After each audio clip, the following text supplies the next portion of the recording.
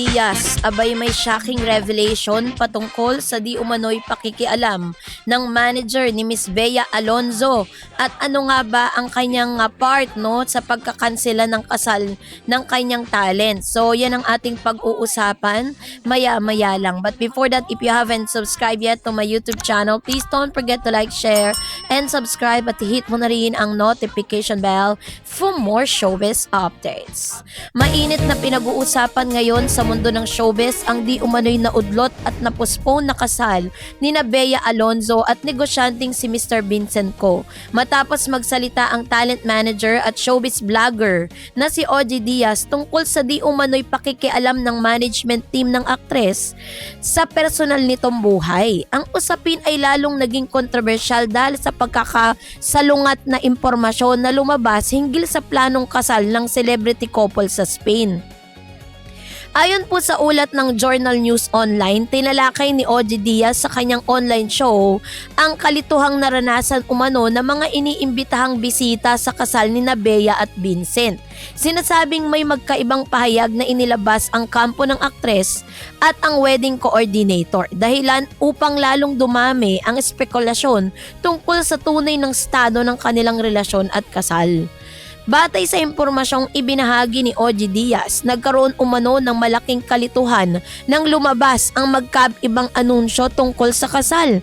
Ayon sa management team ni Bea na pinangungunahan umano ni Shirley Kwan, tuluyan ng kanselado ang kasal na nakatakda sanang idao sa Spain. Subalit ayon sa wedding coordinator, hindi ito tuluyang kinansela, kundi ito po ay pinagpaliban lamang sa ibang petsa. Dahil dito, marami ang nagtaka kung bakit management team umano ng aktres ang siyang naglabas ng opisyal na pahayag tungkol sa isang napaka-personal na usapin. Ito mismo ang sentrong punto na naging komento ni OG Diaz. Ayon kay OG, may source umano siyang nagtatanong kung bakit kinakailangan pang manghimasok ng management sa isang desisyong dapat ay para lamang sa magkasintahan. Ipinunto rin niya na karaniwang umanong trabaho ng management ay alagaan at ang career at professional engagement ng artista, hindi ang personal nitong relasyon. So isa sa mga pinakamainit na bahagi ng usapin ang di umano'y papel ng business manager ni Bea sa sitwasyon. Sa mata ng maraming netizen at followers sa showbiz updates, tila hindi pangkaraniwan ang management team mismo ang magsasalita tungkol sa kanselasyon ng kasal.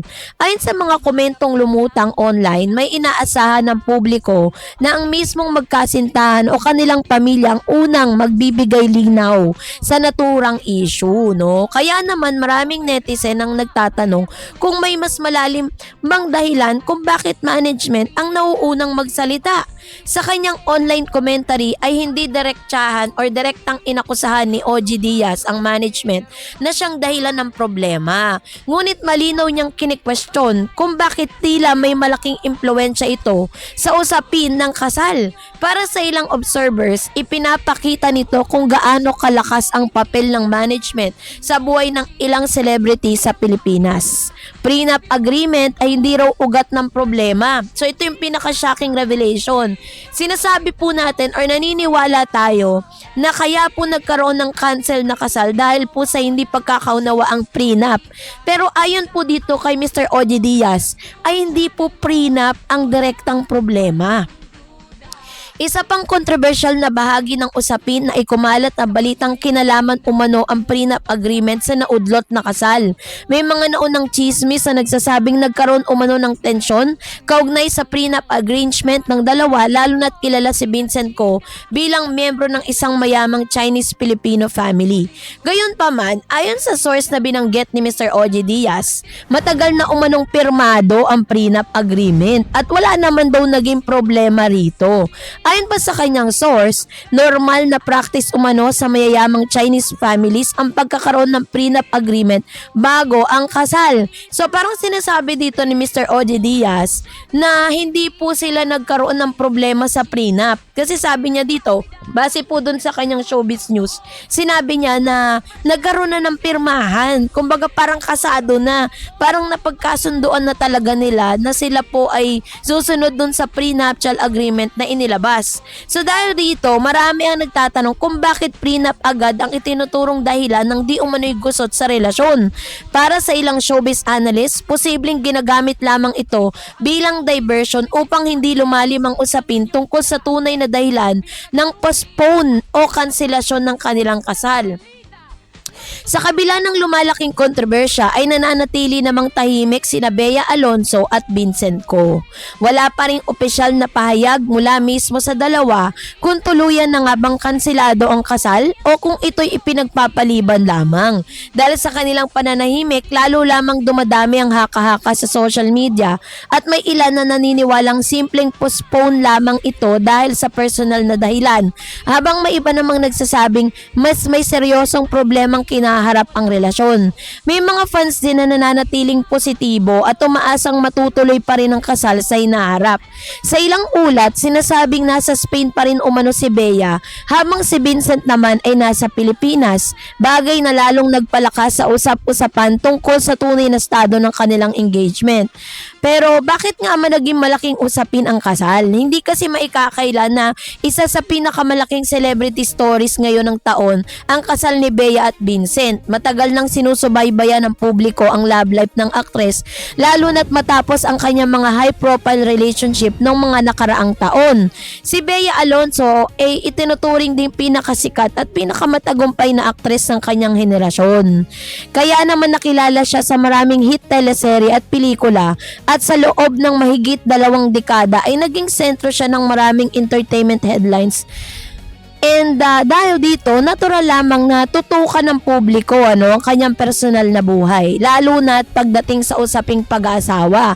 Marami din ang tumatawag sa planong kasal bilang wedding of the year dahil sa estado ng magkasintahan at sa engranding plano nitong idao sa Spain. Lalo ring lumaki ang issue dahil sa social media. Halos araw-araw ay may mga bagong version ng kwento mula sa iba't ibang vloggers, entertainment pages at anonymous sources. Ang iba'y nagsasabing may conflict umano sa pagitan ng pamilya ni Vincent at kampo ni Bea, habang may ilan namang naniniwalang simpleng stress lamang sa wedding preparation ang naging dahilan ng postponement. Sa panahon kasi ngayon, mabilis talagang lumaki ang isang celebrity issue kapag walang malinaw na pahayag mula sa mga taong direktang sangkot. So dahil dito nagiging bukas ang publiko sa iba't ibang interpretasyon at chismis. May ilan ding mga netizen ang pumuna sa tila pagiging invasive ng publiko sa pribadong buhay ng celebrity couple. Kasi ayon po sa kanila, dapat daw bigyan ng spasyo sina Bea at Vincent upang ayusin ang kanilang personal na usapin nang hindi nadadagdagan ng pressure mula sa social media. So naging hati naman po ang opinyon ng ilang mga fans sa isyong ito. Ang ilan ay sumasang-ayon sa obserbasyon ni OG Diaz na hindi dapat nakikialam ang management sa personal na buhay ng artista. Para sa kanila, dapat may malinaw na hangganan sa pagitan ng career management at personal relationship. May iba naman nagsasabing posibleng natural lamang na tumulong ang management, lalo na kung malaking celebrity event ang kasal at maraming media implication ito. Dahil sa public figure si Bea, anumang issue na may kinalaman sa kanya ay agad na nagiging national entertainment news. Samantalang marami pa ring supporters ang naniniwala na malalampasan na magkasintahan ang kontrobersya. Sa social media may mga fans na nagsasabing hindi dapat basta paniwalaan ng mga chismis hanggat wala pang kumpirmasyon mula kina Bea at Vincent mismo. So, ang usapin muling nagbigay pansin sa impluwensya ng mga showbiz vloggers tulad ni OG na entertainment industry ay kasalukuyang malaki ang naging epekto nito online sa kanyang mga commentary sa paghubog sa opinyon ng publiko tungkol sa mga artista. Sa ngayon nga po ay talagang nananatili pa rin na parang empty yung ating pong mga mga spekulasyon na lumalabas. Katulad ng sinabi ni Mr. Oji Diaz, lahat po ng mga news na lumalabas ngayon online, that is just speculation. So, lahat unless si Miss Bea Alonzo at Vincent Co mismo ang magkumpirma nito sa publiko. So, sa kabuuan, ipinapakita ng kontrobersyang ito kung gaano kalaki ang interest ng publiko sa buhay ng mga celebrities. Ang simpleng usapin ng postpone o cancellation ng kasal ay mabilis na magiging pambansang usapin dahil sa social media, celebrity culture at entertainment journalists. Habang wala pang direktang payag mula sa kanila, ay inaabangan pa rin na marami ang susunod na kabanata.